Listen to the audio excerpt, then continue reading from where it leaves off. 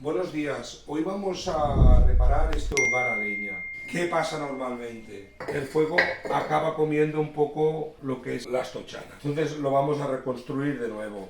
Aquí pondremos yeso, lo que es aquí en la campana lo enyesaremos todo, hay un agujero y bueno, para que veáis un poco la reparación. Ahora lo planteamos un poco, lo sacamos todo y lo hacemos. Ahora veréis después el resultado.